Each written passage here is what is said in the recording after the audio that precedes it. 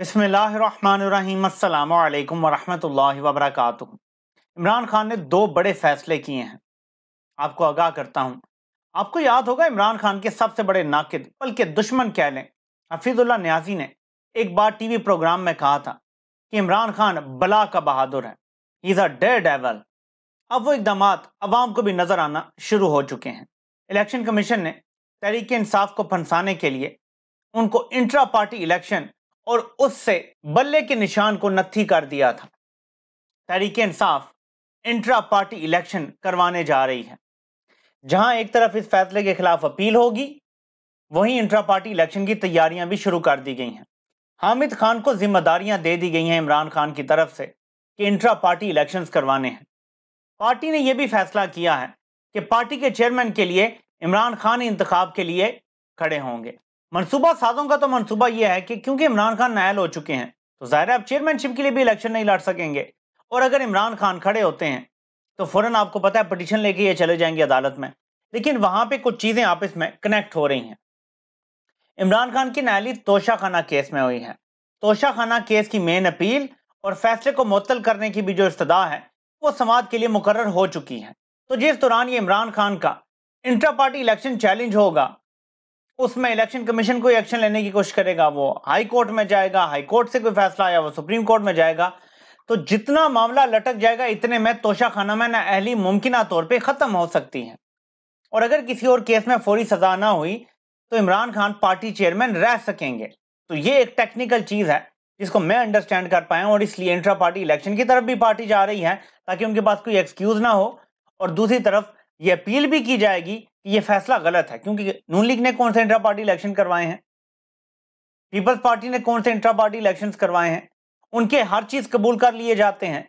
और तहरीक इंसाफ के इलेक्शन हुए भी तो वो कबूल नहीं किए गए। दूसरी तरफ तहरीक इंसाफ ने ऐलान कर दिया है कि इमरान खान की 28 तारीख को जो मुमकिना पेशी है, जी हाँ, सुबह जो इमरान खान की मुमकिना पेशी है, अभी तक तो ये लगता है कि पेश नहीं करेंगे, लेकिन चलें, जो मुमकिना पेशी है तहरीक इंसाफ ने अपने वर्कर्स, वोटर्स, सपोर्टर्स सबको कह दिया है कि आपको पेशी पे आने की जरूरत नहीं है। इमरान खान अच्छी तरह जानते हैं कि कौम उनके साथ खड़ी है, लेकिन इस टाइम दुश्मन ये चाहता है कि लोग आए, 9 मई की तरह एक और फॉल्स फ्लैग ऑपरेशन हो, इमरान खान की सिक्योरिटी का बहाना बना के या तो बाकी ट्रायल जेल में हो या फॉल्स फ्लैग करके तहरीक इंसाफ को मजीद तख्ता मश्क बनाया जाए।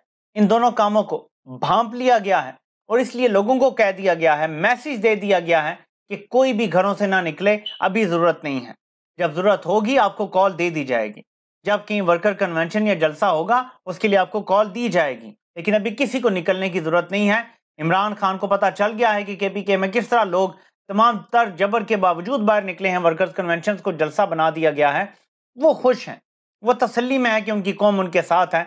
और यही वजह है जहां से मैं दूसरी बात करता चलूं कि अब ये कहा जा रहा है कि इलेक्शन जब तक काजी फायज ईसा चीफ जस्टिस है इस मुल्क में इलेक्शन नहीं होंगे। जहां तक रूमर्स हैं, मैं ये रूमर्स इसलिए कह रहा हूं कि बातें तो बहुत सारे लोगों ने की हैं कि काजी साहब ये गारंटी दे चुके हैं कि मेरे होते हुए आपको आइन कानून किसी चीज की फिक्र नहीं करने की जरूरत, आप इलेक्शन करवाएं ना करवाएं, मैं हूं हर चीज को तहफुज देने वाला, हर गैर आइनी गैर कानूनी चीज को मैं तहफुज दूंगा। इसलिए अक्टूबर नवंबर 2024 तक इलेक्शन पोस्टपोन हो सकते हैं। फिर अगर इजाजुल एहसन के खिलाफ कोई साजिश नहीं हो जाती और वो चीफ जस्टिस बन जाते हैं तो फिर मामलात इलेक्शन की तरफ जा सकते हैं, क्योंकि वो उस बेंच का हिस्सा थे जिसने पंजाब में इलेक्शन का ऑर्डर दिया था, और वो उस केस के फैसले के बाद अगला फैसला भी देंगे और उसको फिर इंप्लीमेंट भी करवाएंगे। और इसीलिए मज़ार अली अकबर नकवी को भी निशाना बनाया जा रहा है, क्योंकि उस कैंप को जो आइन के साथ खड़ा होता है कमजोर किया जा रहा है। 2-3 बहाने बनाए गए हैं। एक ये कहा जा रहा है जी मीशत बड़ी अच्छी हो गई है, अगर इलेक्शन में गए तो मीशत खराब हो जाएगी, और उसके लिए जो चीज तोजीह पेश की जा रही है वो ये है जी देखें स्टॉक मार्केट कितनी ऊपर जा रही है। ये सब फ्रॉड है, ना एक्सपोर्ट्स ऊपर जा रही हैं, ना रेमिटेंसेज ऊपर जा रही हैं, ना मैन्युफैक्चरिंग ऊपर जा रही है। एक आध महीने में हो सकता है अच्छी मैन्युफैक्चरिंग हो, लेकिन ओवरऑल कुछ अच्छा नहीं जा रहा। आपकी दरामदात बिल्कुल बंद करके रखी गई है, जिससे पाकिस्तान में किसी किस्म की ग्रोथ नहीं हो रही, जीडीपी आपका माइनस में जा रहा है। कौन सी मैशत बेहतर हो गई है? महंगाई 40% की सतह पर पहुंची हुई है, तारीख के रिकॉर्ड टूट रहे हैं, कैसे मैशत बेहतर हो गई है? किसी गरीब से जाके पूछ लें उसकी मैशत बेहतर हुई है या नहीं हुई है। लेकिन सिर्फ स्टॉक मार्केट क्योंकि ऊपर जा रही है, उसको मसनूई तरीके से ऊपर लेके जाया जा रहा है, तो कहा जा रहा है जी मीशत बेहतर हो रही है, तो हम नहीं चाहते कि इलेक्शन करवाएं तो मीशत खराब हो जाए। ये एक्सक्यूज बनाया जा रहा है। ये बी कन्फर्म इतलात हैं कि जो खैबर पख्तूनख्वा में लोग निकले हैं और वर्कर्स कन्वेंशन जलसों में तब्दील हो गए हैं, बंद कमरों में कांपें टांग रही हैं, इसीलिए इलेक्शन मजीद आगे लेके जाना चाह रहे हैं। बाकी सारी बातें तो चले होती रहेंगी। एक चीज आपको क्लियर कर दूं, बार बार पीडीएम के लोग और कुछ समझदार लोग भी इस बात पे यकीन करना शुरू हो गए और वो ये कह रहे हैं कि तहरीक अदम एतमाद के बाद फौरी तौर पे इलेक्शन करवाए जाने थे, लेकिन 10 तारीख को अवाम निकल आई और लोग डर गए, घबरा गए और इलेक्शन से पीछे हट गए। फिर 25 मई 2022 का इमरान खान अगर लॉन्ग मार्च का ऐलान ना करते तब भी इलेक्शन करवाने का फैसला हो गया था। आई एम रियली सॉरी, जो लोग इस पे यकीन करते हैं उनसे ज्यादा बेवकूफ कोई नहीं है इस पूरी दुनिया में।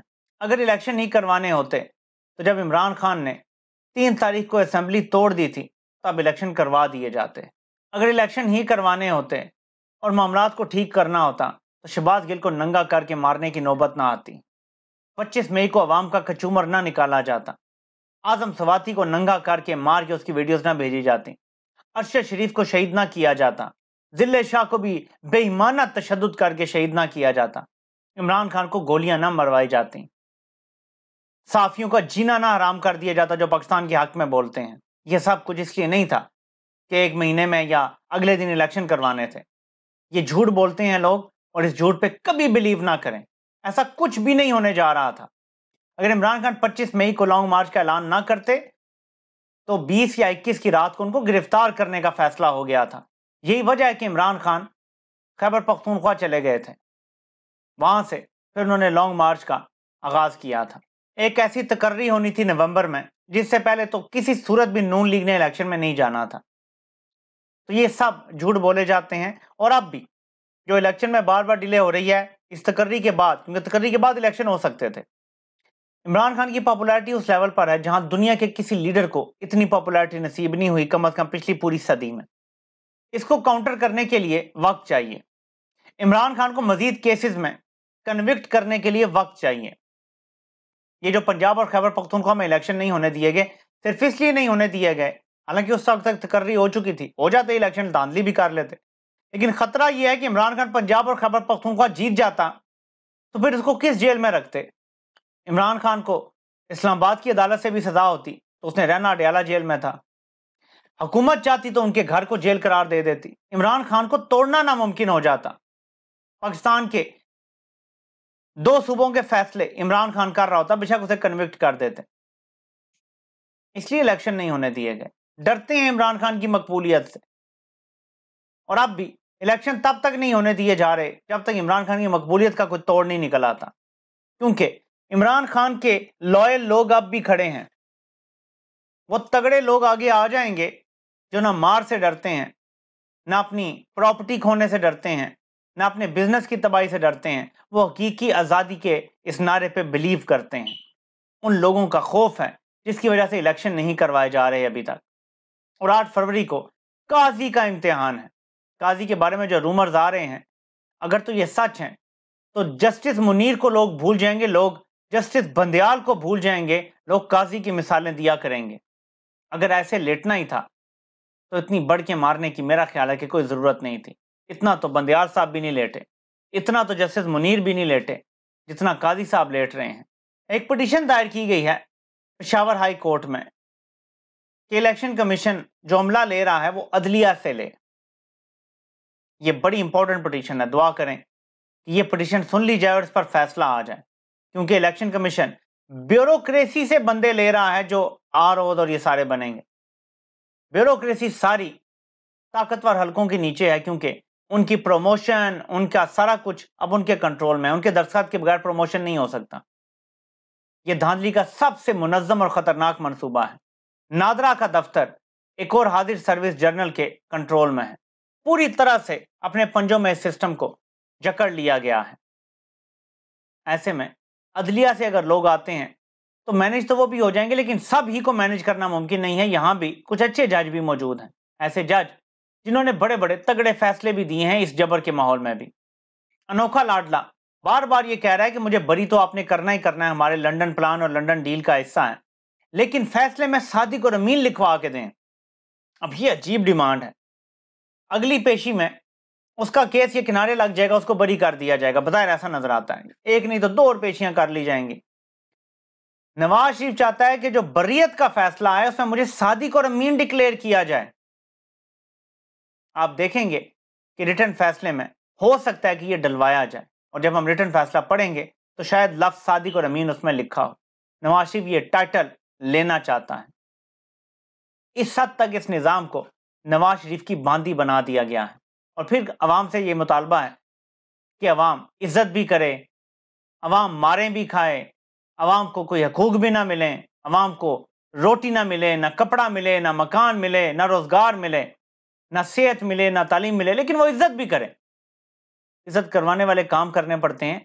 आजकल इज्जत तब मिलती है, ज़माना बदल गया है। आपसे इंशाल्लाह फिर मुलाकात होती है। अल्लाह पाक आप सब कामयाब नासिर हो। आप सबके सुनने का बहुत बहुत शुक्रिया।